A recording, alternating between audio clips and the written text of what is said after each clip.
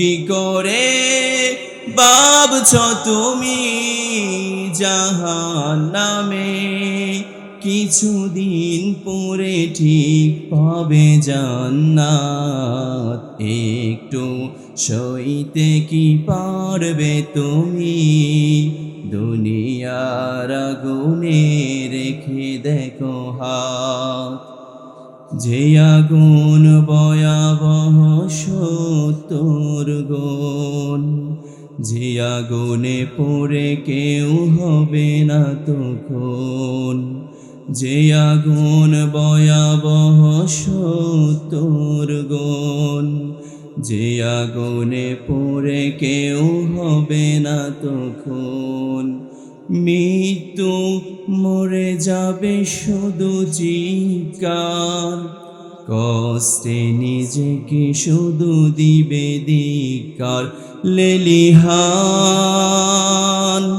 লেলিহান সে আগুনে বাড়বে শুধু,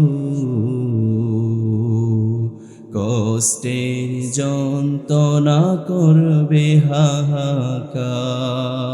মুমিনরা হাহাকার করবে, মুমিনরা হাহাকার করবে, মুমিনরা হাহাকার করবে না। ইয়ালামুনা যাহিরাম মিনাল হায়াতিদ দুনিয়া ওয়া হুম আনিল আখিরাতি হুম গাফিলুন। তোমরা পার্থিব জীবনের চাকচিক্য দেখে গাফিল হয়ে গিয়েছো পরকাল থেকে। যারা মুমিন তারা কিন্তু চাকচিক্যের প্রেমের মধ্যে পড়ে, দুনিয়াদারির প্রেমের মধ্যে পড়ে তারা পরকালকে ভুলে যায়। আল্লামা শাহ আশরাফ আলী থানভী রাহিমাহুল্লাহ বলতেন, জমিনকে তুমি এতটুকু প্রাধান্য দিবা ওয়াশরুমকে যতটুকু প্রাধান্য দাও। আপনারা যারা ফ্ল্যাট বাড়ি করেছেন, ফ্ল্যাটের মধ্যে আপনি কিচেন রেখেছেন, ডাইনিং রেখেছেন, ড্রয়িং রেখেছেন, তারপরে আরেকটা কি আছে, বেডরুম রেখেছেন। আপনার ফ্ল্যাটের মধ্যে ডাইনিং আছে, ড্রয়িং আছে, ওয়াশরুমটা নেই, বেডরুম আছে। তো একটি ফ্ল্যাট আপনি তৈরি করেছেন, ডাইনিং, ড্রয়িং, তারপরে কি কিচেন, বেডরুম সব আছে, কিন্তু সেখানে ওয়াশরুমটা নাই।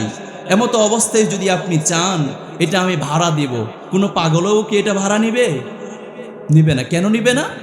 ওয়াশরুম নেই। আচ্ছা বলেন তো, এই ওয়াশরুমের প্রয়োজনটা কি?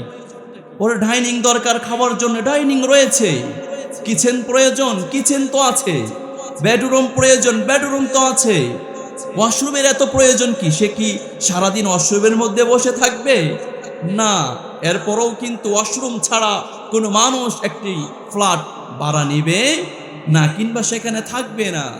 যেমনিভাবে আপনার মাথার মধ্যে আপনি ক্যাচ করেছেন ওয়াশরুমের প্রয়োজন আছে একটি ফ্ল্যাটের মধ্যে, কতক্ষণের জন্য? সারাদিনের সর্বোচ্চ 10 থেকে 15-20 মিনিট, এর চেয়ে বেশি নয়। ঠিক তেমনি ভাবে জমিনের মধ্যে যদি আপনি থাকতে চান, দুনিয়াদারি ছাড়া আপনি জমিনে থাকতে পারবেন না।